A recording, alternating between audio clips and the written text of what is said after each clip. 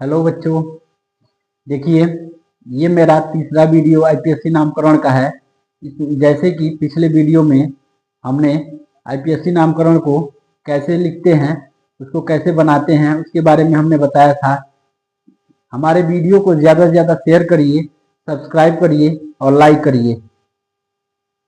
इसके बाद देखिए हमने आप लोगों को बताया था कि कैसे पहले प्रतिस्थापी को लिखते हैं, फिर साइक्लोवर्ड का कैसे प्रयोग करते हैं, फिर मुख्य कार्बन श्रृंखला कैसे लिखते हैं। जैसा कि पहले और दूसरे वीडियो में हमने कुछ आईपीएससी नामकरण बनाने के लिए बताया था। अब है इसमें हम आप लोगों को बताएंगे कि क्रियात्मक समूह अगर दिया गया है तो उसका आईपीएससी नामकरण कैसे लिखते हैं। हाँ देखेंगे, आज हम क्रियात्मक समूह के बारे में चर्चा करेंगे। जैसा कि हमने पहले ही बता दिया था आप लोगों को कि क्रियात्मक समूह को कैसे लिखते हैं, इसका आईपीएससी नामकरण कैसे बनाते हैं, इसके बारे में। क्रियात्मक समूह पूर्व लग्नक और अनुलग्नक, जैसे COOH दिया गया है, इसी नामकरण लिखते समय OH अम्ल का प्रयोग करते हैं। SO3H दिया गया है, उसके लिए सल्फो का प्रयोग करते हैं और सल्फोनिक अम्ल लिखते हैं। फिर COOR दिया गया है, R का मतलब होता है कि जो CH3 C2H5 एल्किल ग्रुप होता है, इसके एलॉक्सी कार्बोनाइल के प्रयोग करते हैं। और अनुलग्न में एल्कोक्सी OH का प्रयोग करते हैं। COX के लिए हेलो कार्बोनाइल का प्रयोग करते हैं, आयल हेलाइड अनुलग्न का प्रयोग करते हैं। CONH2 के लिए कार्बोनाइल का प्रयोग करते हैं, इसके लिए एमाइड लिखते हैं। CN के लिए साइनो और नाइट्राइल लिखते हैं। CHO के लिए एल्डो और अल लिखते हैं। और CO के लिए कीटो, इसे बोलते हैं कीटो और ऑक्सो का, इसके लिए अनुलग्न के लिए आन का प्रयोग करते हैं। और OH के लिए हाइड्रोक्सी का प्रयोग करते हैं, इसके लिए ऑल लिखते हैं। तो इसमें जो सबसे इंपॉर्टेंट है, जैसे COOH वाला इंपॉर्टेंट है, जो हाई स्कूल में कई बार क्वेश्चन पूछा गया है। COOH से रिलेटेड आएगा क्वेश्चन, या CHO से, या CO से, या OH से। ये जो या CONH2 से, इससे रिलेटेड आएगा। तो सबसे इंपॉर्टेंट OH है, CO है, CHO है और CONH2 है, COOH इंपॉर्टेंट है। तो जैसा कि हमने पिछले देखेंगे, पहला एग्जांपल इसमें HCOOH दिया गया है, तो क्या आ जाएगा, मैथ, एक कार्बन है तो क्या आ जाएगा, मैथेनोइक अम्ल। इसलिए मैथेनोइक अम्ल हो जाएगा क्योंकि एक कार्बन है तो मैथ और सिंगल बॉन्ड है तो N लग जाएगा। और COOH दिया गया है, इसके लिए किसका प्रयोग करते हैं, उसके लिए हम ओइक अम्ल का प्रयोग करते हैं। तो इसका नाम हो जाएगा मैथेनोइक अम्ल। इसमें कार्बन दिया गया है, कार्बन संख्या कितनी है, 2 है। जब कार्बन की संख्या 2 है तो क्या हो जाएगा,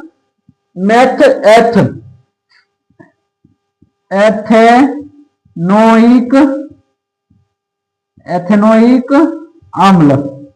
अगर दिया गया है CH3 CH CH3 COOH, तो हमने आप लोगों को बताया था कि अगर प्रतिस्थापी दिया गया है तो उसको कम से कम नंबर देंगे। अगर डबल बॉन्ड दिया गया है तो उसको कम से कम नंबर देंगे। ट्रिपल बॉन्ड दिया गया है तो उसको कम से कम नंबर देंगे। और यदि क्रियात्मक समूह दिया गया है तो उसको कम से कम नंबर देंगे। तो यहां से हम नंबरिंग चालू करेंगे, 1 कार्बन, 2 कार्बन, 3 कार्बन। तो जैसा कि पिछले वीडियो में पार्ट 2 में हमने बताया था कि अगर CH3 की नंबरिंग नहीं होती है तो उसके लिए हम मेथिल का प्रयोग करते हैं। तो इसका नाम हो जाएगा 2 मेथिल, 3 कार्बन है, मैथ एथ प्रोप, और कार्बन के बीच सिंगल बॉन्ड है तो क्या आ जाएगा, प्रोपेन।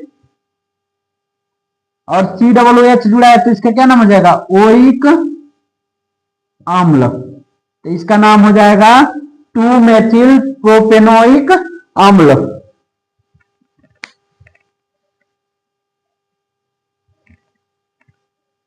देखिए, जैसा कि चौथा हमारा है, यहाँ पे डबल बॉन्ड भी दिया गया है और COOH भी दिया गया है। तो नंबरिंग हम किधर से करेंगे, नंबरिंग हम इधर से करेंगे, क्योंकि अगर डबल बॉन्ड भी दिया गया है और यदि कोई प्रतिस्थापी, कोई क्रियात्मक समूह भी दिया गया है तो कम से कम नंबर हम क्रियात्मक समूह को देते हैं। तो नंबरिंग हमारा इधर से होगा 1 2 3। तो इसका नाम हो जाएगा पहले सबसे पहले हम क्या चेक करते हैं, सबसे पहले प्रतिस्थापी लिखते हैं। तो प्रतिस्थापी इसमें दिया नहीं गया है। जब प्रतिस्थापी दिया नहीं गया है तो देखते हैं कि कार्बन श्रृंखला कैसी है, खुली श्रृंखला है कि बंद श्रृंखला है। तो ये कौन सी श्रृंखला है, खुली श्रृंखला है। इसके बाद carbon math eth prop double bond कहां लगा है, दूसरे पे लगा है, 2 इन, और इसके लिए हो जाएगा 1 ओइक अम्ल।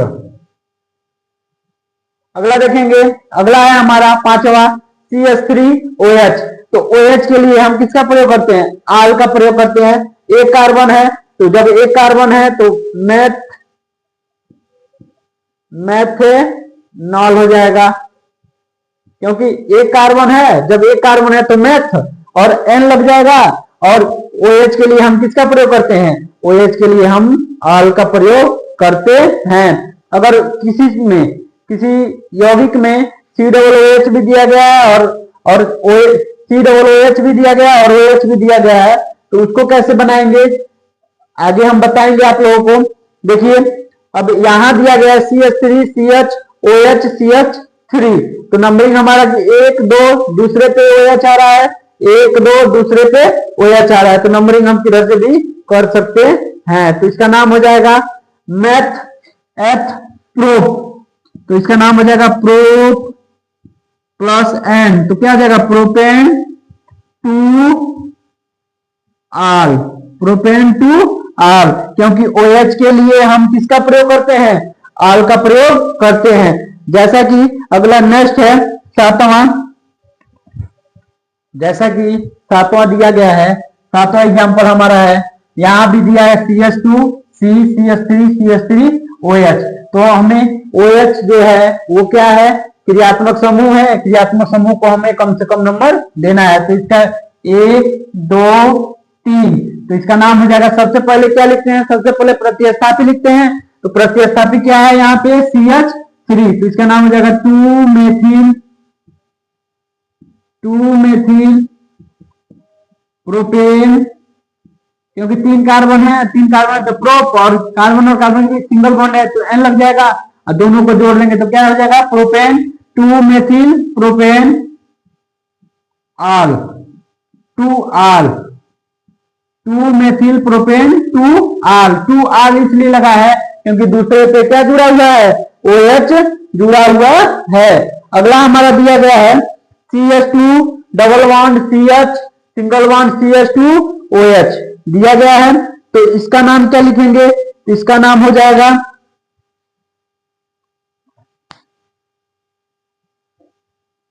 इसका नाम हो जाएगा, यहां से किधर, यहां से नंबरिंग करेंगे 1 2 3, तो इसका नाम हो जाएगा प्रोप 2 इन 1 आल, प्रोप 2 इन 1 आल।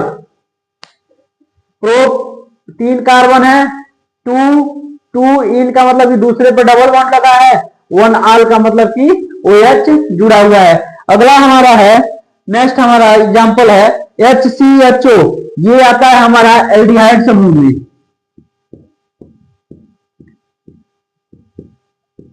एल्डिहाइड समूह में आता है और इसमें क्या जुड़ा हुआ है, CHO जुड़ा हुआ है। तो इसमें इसके लिए हम अल का प्रयोग करते हैं। तो एक कार्बन है, एक कार्बन के लिए मैथेनॉल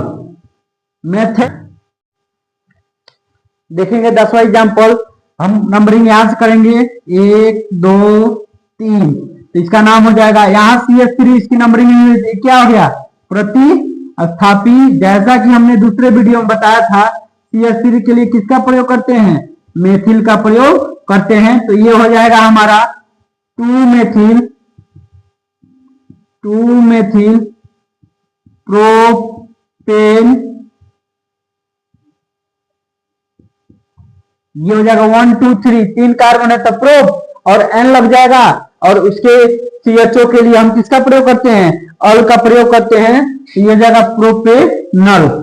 अगला है यहाँ पे डबल बॉन्ड भी दिया गया है, तो 1 कार्बन 2 कार्बन 3 कार्बन, तो इसके लिए हम प्रयोग करेंगे मैथ एथ प्रोप प्रोप 2 इन 1 अल। इसके लिए 1 कार्बन, 2 कार्बन, 3 कार्बन, 4 कार्बन। तो मेथ एथ प्रोप ब्यूट,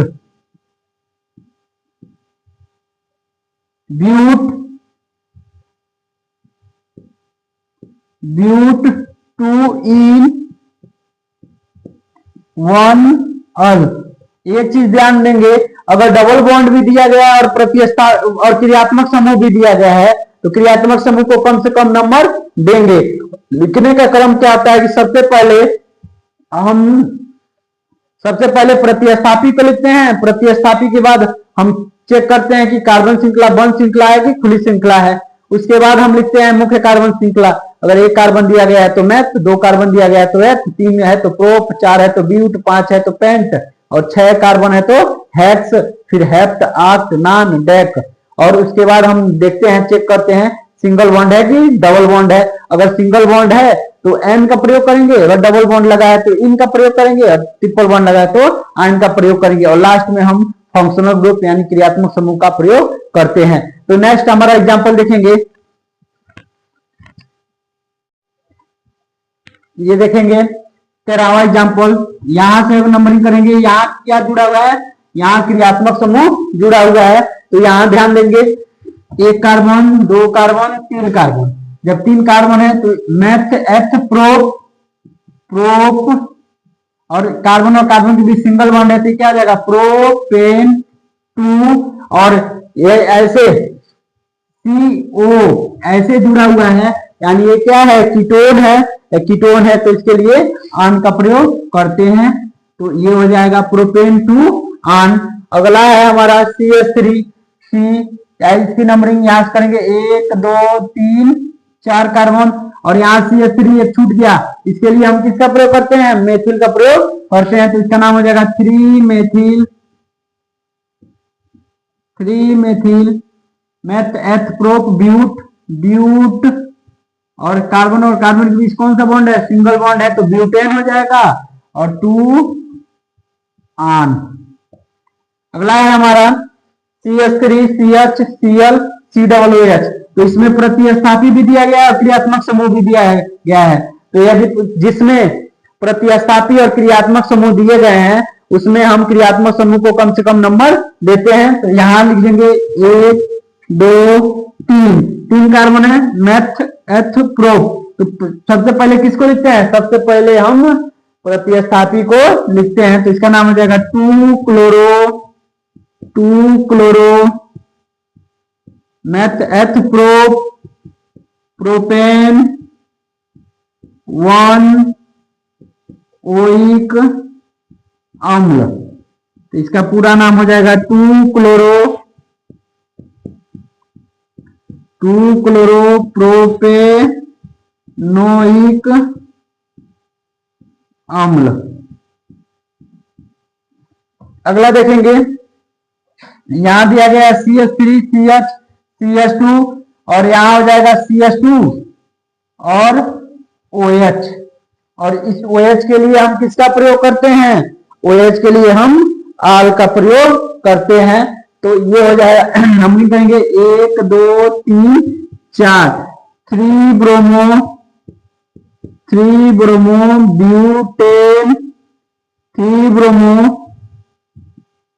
ब्यूटेन 1 आल।